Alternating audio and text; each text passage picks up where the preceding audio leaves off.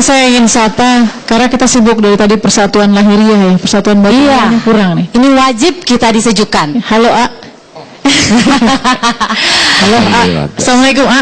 Waalaikumsalam warahmatullahi wabarakatuh. Jadi gimana supaya kita nggak sibuk dengan persatuan lahiriah, lupa sama persatuan batiniah?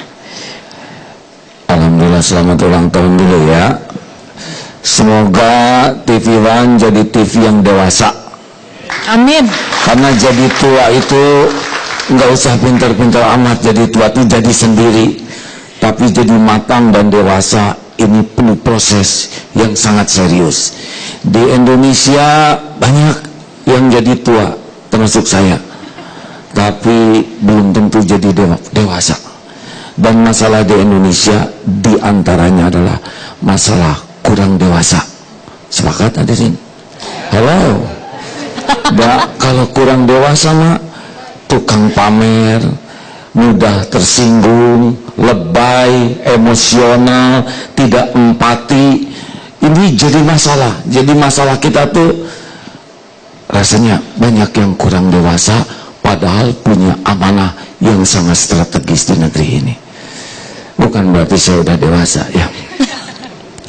Teruskan. Jadi masalah itu sebetulnya tidak ada yang bahaya Pak. Yang bahaya itu salah menyikapi masalah. Ujian di sekolah tuh nggak ada yang bahaya, orang tidak lulus karena salah jawabannya. Halo, sepakat? Nah, jadi saya tidak terlalu cemas dengan masalah di negara ini. Yang dicemaskan kita nggak ngerti masalahnya apa. Dari tadi saya rada serem, ini masalah konflik agama. Asa enggak Pak, beneran. Saya ikut aksi-aksi itu, Bapak dengar sendiri bagaimana begitu yang mau ke katedral, yang mau nikah dengan sukacita. Kita jaga, kita iring-iringi, dan nggak ada beban di hati kita. Jadi salah tuh yang menganalisa ini masalah agama, enggak tuh. Ini mah masalah satu, seperti kata Pak Mahfud, ada rasa gitu ya. Ini ada yang rada kurang adil nih. Nah ini nyesek di sini. Yang kedua masalah akhlak sebetulnya Pak, dan masalah gorengan. Jadi digoreng sekarang segala urusan Pak. Masa Twitter saya digoreng Pak sekarang? Kurang apa coba Pak? Cuman ngomong. Kalau orang tidak bisa mengendalikan lisannya, maka akan bisa jadi sumber masalah, bukan jadi sumber. Waduh, digoreng itu ribuan. Digoreng jadi apa? Ya, tatang pipiluan katanya. Ulama kok jadi tukang kompor. Lah kan udah wajar suruh ngejaga lisan, benar. Jadi masalahnya sekarang itu ada grup gorengan Pak. Apa namanya, the bulliers atau apa tuh ya. Tapi nggak apa-apalah, mungkin mereka kerjaannya itu, dan nggak akan berkurang kemuliaan dengan dibully ya. Justru mereka walaupun enak Pak, tapi ya mudah-mudahan mereka dapat hidayah. Pokoknya sekarang saya mau sederhana, dari tadi teori semua. Jadi harus gimana? Satu, kalau saya mau boleh ngasih saran, nggak usah banyak nuntut orang lain, berubahlah. Mending tanya, saya itu bagian dari masalah atau saya bagian dari solusi? Semua orang, termasuk Pak Jokowi, Pak Menteri-Menteri ini, saya, maaf ya Pak Plas, Pak Mahfud, siapa? Ya Pak Karni, apalagi tenang-tenang, biar bahaya tuh bicaranya ya. Saya juga sama mikir Pak, Ari Agim teh bagian dari masalah di negeri ini atau bagian dari solusi? Karena nggak bisa kita memperbaiki orang lain kalau kita nggak kenal siapa diri kita sendiri. Sama Pak Ahok juga, kalau bisa, saya teh bagian dari solusi atau bagian dari masalah. Kalau orang udah berani gitu aja, kita punya perasaan ke depan akan rada bagus. Tapi kalau ini harus ini kayak teori-teori garing Pak. Teori itu dari dulu juga udah ada, garing itu kering ya. Kriuk-kriuk atau? Ya seperti sekarang pembawa acara gitu, ini bagian dari solusi atau bagian dari saya kan dari tadi lihat ke sini terus ya. Maaf ya Mbak. Bapak lihat sini, jaga pandangan Pak. Menteri Agama lihat ke sini. Teruskan jangan. Teruskan. Yang kedua tuh Pak, kita harus mikir. Jadi perbedaan tuh nggak ada masalah Pak. Benar-benar saya bisa melihat di bawah itu ya. Enggak tuh kita dengan yang beda agama nggak ada masalah sama sekali. Yang jadi masalah adalah emosi nih menghadapi perbedaan. Kan udah diciptakan Allah kita berbeda Pak. Saya itu lahir gara-gara ibu bapak saya beda. Allah tuh menciptakan Adam dan Hawa, bukan Adam dan Asep. Maaf yang namanya sama ya. Serius Pak. Jadi perbedaan mah nggak ada masalah. Yang jadi masalah tuh emosional tidak menyikapi perbedaan. Coba Pak lihat ya.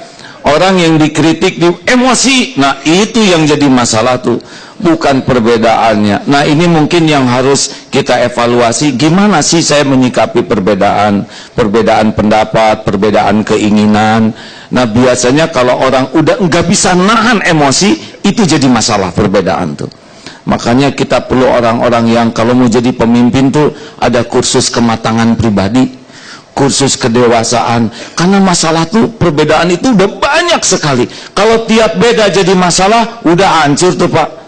Ambek-ambekan terus udah gitu punya kedudukan. Ini kan lebih bahaya Pak. Halo? Setuju nih? Jadi tolonglah evaluasi bersama nih, emosional atau tidak. Itu Pak, pada waktu Twitter saya dibajak nih Pak Menteri ya. Langsung curhat ya. Tetapnya saya enak Pak. Teori mah enak, gampang, maafkan. Aslinya masih gede gini Pak tetap. Tapi sesudah saya pikir kalau saya ngambek, saya jengkel, saya jadi bagian dari masalah lagi. Nah, ada yang ketiga Pak. Jadi yang sesudah saya bagian masalah atau solusi, bagaimana menghadapi perbedaan. Nah ini Pak, tentang bahwa kita ini punya tanggung jawab untuk generasi sesudah kita. Jadi kita ngomong-ngomong kayak gini, tapi pikirannya jangan kita aja. Gimana anak cucu kita nanti di depan?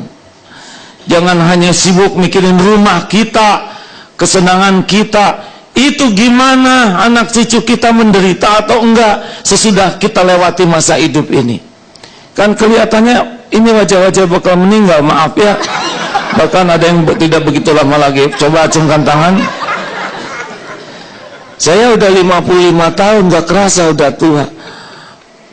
Kalau jatah 63 tinggal berapa tahun lagi? Ya kalau jatah 57 2 tahun lagi. Saya mewariskan apa? Saya jadi ingat itu tuh Pak, kakek-kakek tua tuh.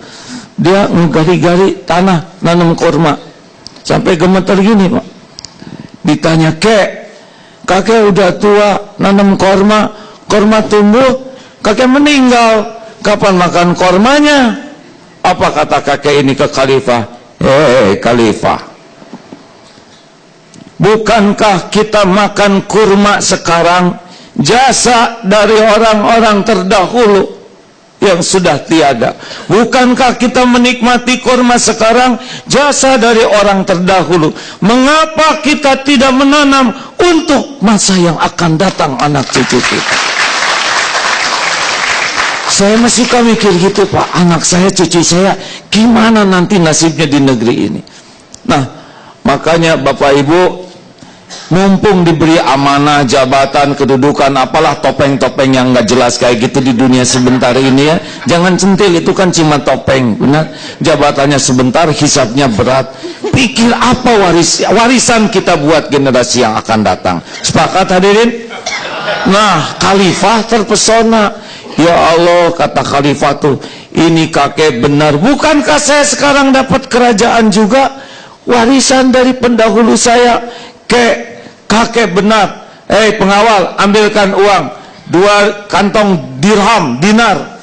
Terimalah sebagai rasa syukur saya, kakek sudah mencerahkan saya. Si kakek ngomong begini, Alhamdulillah, baru juga menanam, sudah berbuah. Begitu.